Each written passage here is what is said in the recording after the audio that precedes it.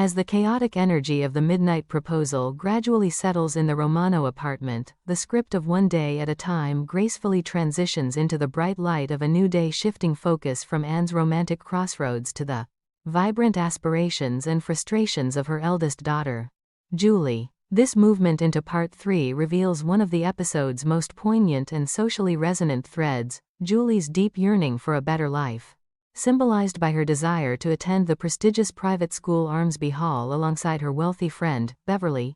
Through meticulous scene, construction and authentic teenage dialogue, the writers illuminate the generational and class tensions that defined so much of 1970s family life, particularly within single-parent households. Striving for upward mobility in an era of economic uncertainty and expanding opportunities for women and children, the morning begins with the familiar rhythms of domestic life interrupted by teenage urgency. Julie, full of restless energy, is already fixated on her upcoming weekend invitation to Beverly's lake house. Her complaints about her wardrobe, describing her clothes as gross and likening herself to a poor relation of the Waltons, strike a universal chord. In 1970s America, where television itself was beginning to showcase a wider range of lifestyles from the humble to the affluent, young people like Julie were increasingly aware of social distinctions. The script captures this awareness with remarkable sensitivity, avoiding caricature while allowing Julie's insecurity to drive the narrative forward. Her dramatic declaration that she has nothing to wear and her broken suitcase become more than mere props. They serve as tangible symbols of the economic constraints that shape her daily existence. Schneider's timely reappearance announcing that he has repaired Julie's suitcase injects a welcome burst of comic relief into what quickly becomes a heavier emotional conversation.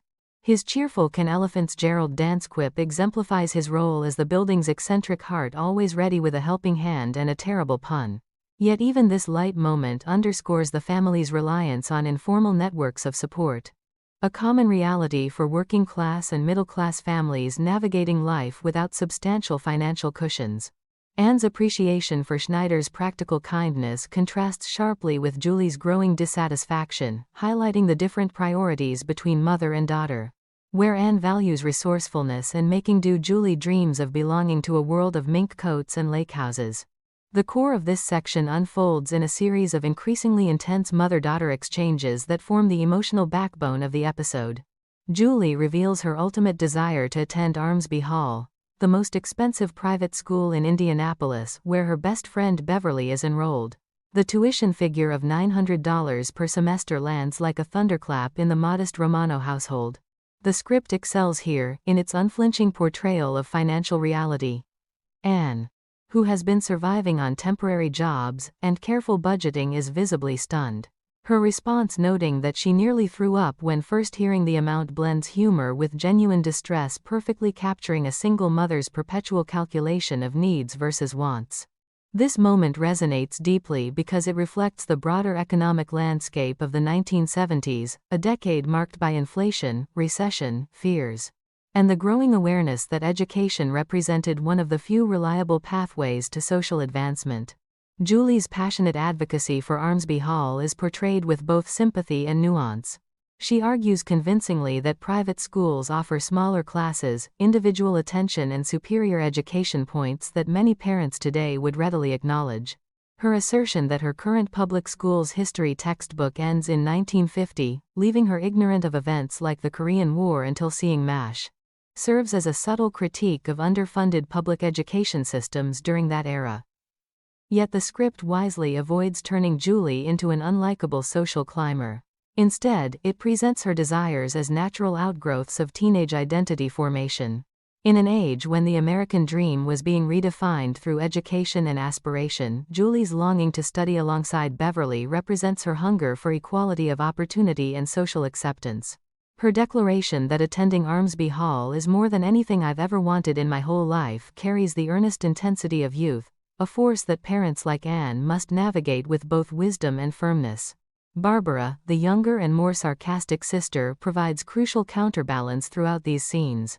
Her witty observations, from joking about selling her body to pay for tuition to referencing past dramatic statements by Julie such as wanting to sell her sister to the gypsies, prevent the conversation from becoming overly sentimental or one-sided. Barbara's presence reminds us that the Romano family is a complete ecosystem, where each member's personality contributes to the collective dynamic. Her humor serves as an emotional release valve, allowing the audience to laugh even as deeper issues of class privilege and parental sacrifice are explored. Anne's responses to Julie's pleas reveal the profound internal conflict of a liberated yet financially strained single mother. She acknowledges the value of better education but remains anchored by harsh realities, temporary employment, limited savings, and the responsibility of raising 2 daughters without consistent spousal support. The script's dialogue here is masterful in its natural progression from practical discussion to emotional confrontation. When Julie suggests asking her father for the money, Anne firmly rejects the idea, citing fairness and her ex-husband's existing burdens. This stance underscores Anne's commitment to self-reliance, a core value that defines her character across the series. Her explanation that accepting such help would undermine the lessons she wants to impart about independence feels both principled and painful, reflecting the genuine dilemmas faced by many divorced women in the 1970s who were pioneering new models of family leadership. The historical context enriches this section immensely. The 1970s marked a period when the feminist movement had opened doors for women in the workplace, yet economic structures often lagged behind. Single mothers like Anne frequently found themselves caught between newfound independence and persistent financial vulnerability. Julie's aspirations for Armsby Hall mirror the era's growing emphasis on educational attainment as a means of achieving the American dream, particularly for young women benefiting from Title IX and expanding college preparatory opportunities. The script gently satirizes class distinctions through Julie's reverence for Beverly's lifestyle while simultaneously validating the very human desire to transcend one's circumstances.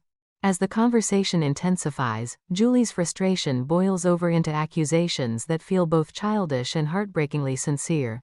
Her threat to kill myself if denied the opportunity, though dramatic, captures the all-or-nothing thinking of adolescence. Anne's firm but loving insistence that private school is simply not feasible at this time represents the difficult boundary setting required of single parents.